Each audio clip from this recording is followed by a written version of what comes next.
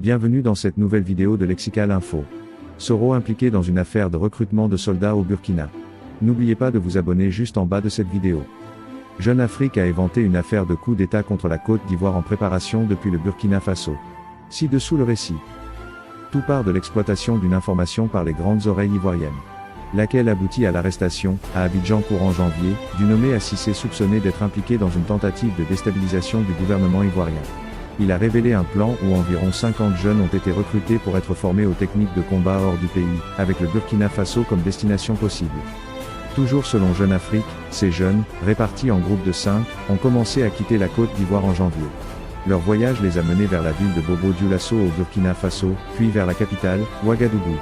Tout porte à croire que Soro veut rééditer l'exploit de 2002 où des soldats ivoiriens, entraînés au Burkina, ont attaqué par surprise le pouvoir de l'ancien président Laurent Gbagbo, créant par la suite une rébellion armée au nord de la Côte d'Ivoire. Cette mission suspecte est liée à Guillaume Soro, ancien leader rebelle et ancien président d'institution, actuellement en exil au Niger. Les grandes oreilles ivoiriennes croient fermement que Soro prépare un coup contre la Côte d'Ivoire, surtout après s'être allié avec certains acteurs clés dans la région sahélienne, dont Ibrahim Traoré. Les renseignements ivoiriens sont sur le qui-vive, avec plusieurs agences, dont la DRG, la DST et le CROA, toutes à la recherche d'informations pour contrecarrer tout complot potentiel. L'on sait par exemple que Lama Fofana, ancien instructeur de la gendarmerie ivoirienne réside au Burkina Faso.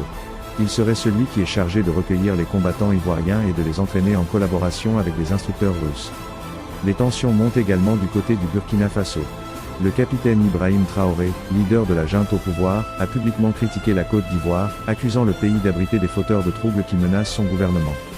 La situation reste tendue et les deux pays gardent un œil méfiant l'un sur l'autre, malgré les rencontres diplomatiques pour essayer de calmer les esprits. Merci pour votre aimable attention et n'oubliez pas d'activer la cloche de notification pour recevoir les prochaines informations. Merci.